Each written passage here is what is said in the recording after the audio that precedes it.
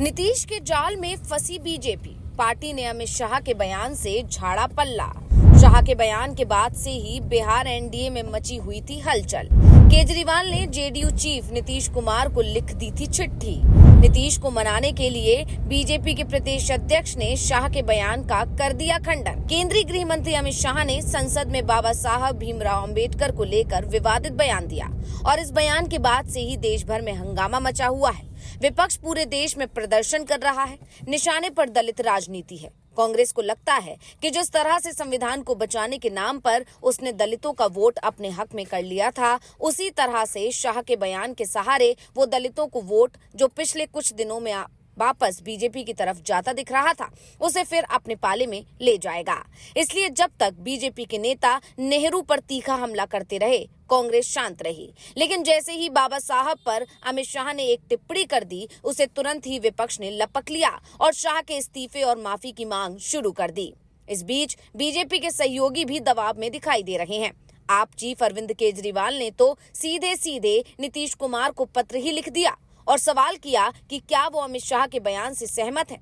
अगर शाह के बयान से सहमत नहीं है तो तुरंत एनडीए का साथ छोड़ दें। बाबा साहब को लेकर इस समय पूरे देश में जहां इंडिया गठबंधन के लोग प्रदर्शन कर रहे हैं, तो बीजेपी भी सड़क पर उतर चुकी है। दोनों ही तरफ से ये दावा किया जा रहा है कि विरोधी ने बाबा साहब का अपमान किया है।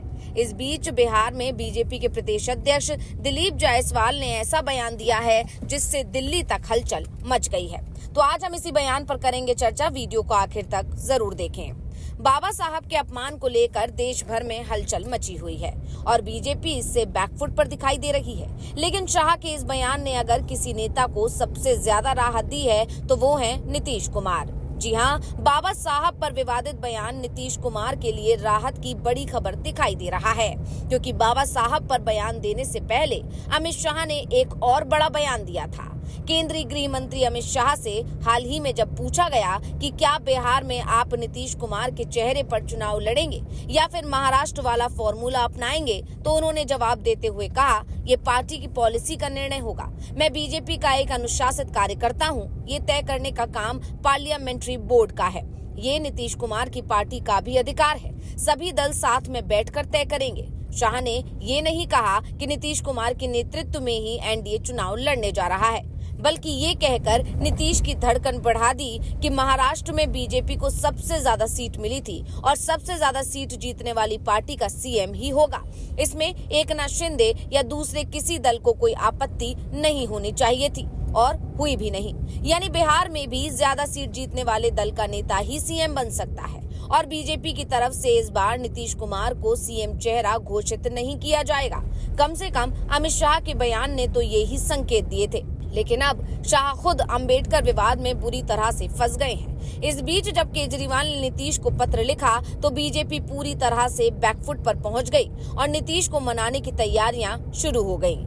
दरअसल नीतीश कुमार का सबसे बड़ा आधार बिहार में अति पिछड़ों के बीच माना जाता है और बीजेपी को इस बात का एहसास है कि अगर नीतीश कुमार ने बाबा साहेब के अपमान के नाम पर एनडीए छोड़ा तो फिर जिस डैमेज कंट्रोल की कोशिश वो कर रही है उसमें पूरी तरह से वो फेल हो जाएगी, क्योंकि दलितों के साथ अति पिछड़ा वर्ग भी बाबा साहब को भगवान मानता है, जिनके चलते आज उन्हें इतने अधिकार मिले हैं। ऐसे में बीजेपी ने नीतीश कुमार के साथ घुटने टेक दिए हैं। बदले में नीतीश कुमार ने भी बाबा साहब पर शाह के विवादित बयान को लेकर विपक्ष के प्रस्ताव को किनारे रख दिया है। यानी जेडीयू शाह के बयान का समर्थन तो नहीं कर रही है, लेकिन इस मामले में विपक्ष की लाइन पर भी चलने को तैयार नहीं है। पार्टी एनडीए में ही बनी रहेगी, लेकिन इसे लेकर नीतीश बीजेपी से पूरी कीमत जरूर वसूलने की तैयारी में है और बीजेपी की भी मजबूरी है कि उसे नीतीश की बात माननी पड़ रही है। और बिहार बीजेपी अध्यक्ष ने अब इसे लेकर बड़ा बयान दिया है।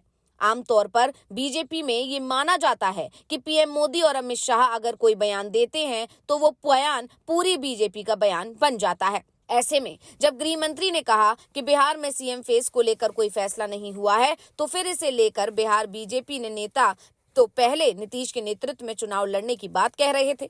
अचानक उनके सुर भी बदल गए। लेकिन जब खुद अमित शाह ही फंस गए तो दिल्ली से बिहार बीजेपी को संकेत पहुंच गए कि नीतीश कुमार को कहीं नहीं जाने देना है और शायद इसीलिए नीतीश कुमार के बीमार होने की खबर भी सामने आ गई और इस बीमारी के बीच बीजेपी के प्रदेश अध्यक्ष दिलीप जायसवाल का एक बयान सामने आया है, जो कि बेहद चौंकाने वाला है, क्योंकि जायसवाल ने सीधे सीधे अमित शाह के बयान का ही खंडन कर दिया है।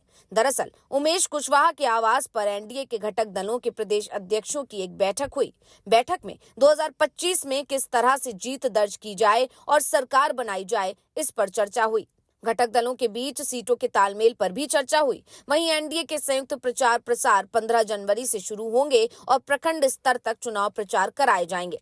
बैठक के बाद भाजपा के प्रदेश अध्यक्ष दिलीप जायसवाल ने कहा कि 2025 में चुनाव को लेकर बैठक हुई है और एनडीए के संयुक्त समिति के द्वारा चुनाव प्रचार किया जाएगा। साथ ही साथ 15 जनवरी से प्रखंड स्तर तक में एक अभियान चलाए जाएंगे। वहीं मुख्यमंत्री के पद पर दिलीप जायसवाल ने साफ कहा कि 2025 में नेतृत्व नीतीश कुमार ही करेंगे एनडीए का। जब उनसे सवाल किया गया कि अमित शाह ने कहा है कि सीएम फेस पर अभी कोई फैसला नहीं किया गया है, तो क्या बीजेपी के नेता भी अब सीएम फेस को लेकर चुप्पी साध चुके हैं, तो दिलीप जायसवाल ने कहा कि कोई चुप्पी नहीं है। उन्होंने आगे कहा कि बीजेपी की पार्लियामेंट्री बोर्ड इस पर फैसला लेगी, जबकि जदयू के प्रदेश अध्यक्ष उमेश कुशवाहा ने भी कहा कि नीतीश कुमार के नेतृत्व में चुनाव लड़े जाएंगे। बैठक में लोजपा रामविलास के राजू तिवारी और हम के अनिल कुमार भी मौजूद थे। यानी बीजेपी का बोर्ड बाद में फैसला लेगा, लेकिन ये फैसला हो चुका है कि बिहार विधानसभा का चुनाव एनडीए नीतीश कुमार के नेतृत्व में ही लड़ेगा। बीजेपी में जो परंपरा है उसके अनुसार उसका संसदीय बोर्ड इस पर मुहर लगा देगा।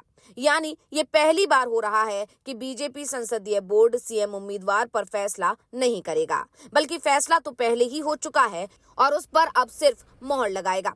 आपको बता दें कि अगर बिहार में समय पर चुनाव होते हैं तो नवंबर 2025 में चुनाव कराए जाएंगे, और अगर नीतीश कुमार और बीजेपी के बीच में सहमति बनती है तो समय से पहले ही चुनाव कराए जा सकते हैं।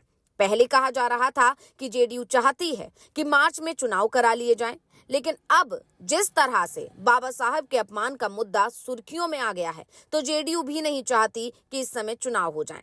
पार्टी अब नवंबर में ही चुनाव कराने की रणनीति पर काम कर रही है, लेकिन अब जिस तरह से बीजेपी दबाव में है उसका पूरा फायदा उठाने की कोशिश जरूर शुरू कर दी गई है।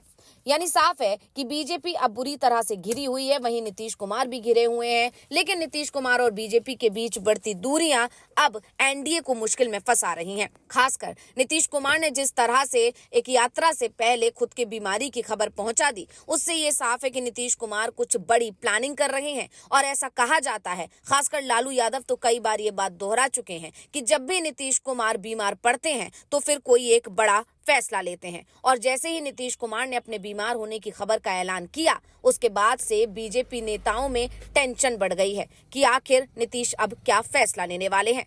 तो रिपोर्ट आपको कैसी लगी, हमें कमेंट करके अपनी राय जरूर दीजिएगा। इसी के साथ वीडियो को लाइक करें, वीडियो को शेयर करें और चैनल को सब्सक्राइब करना ना भूलें।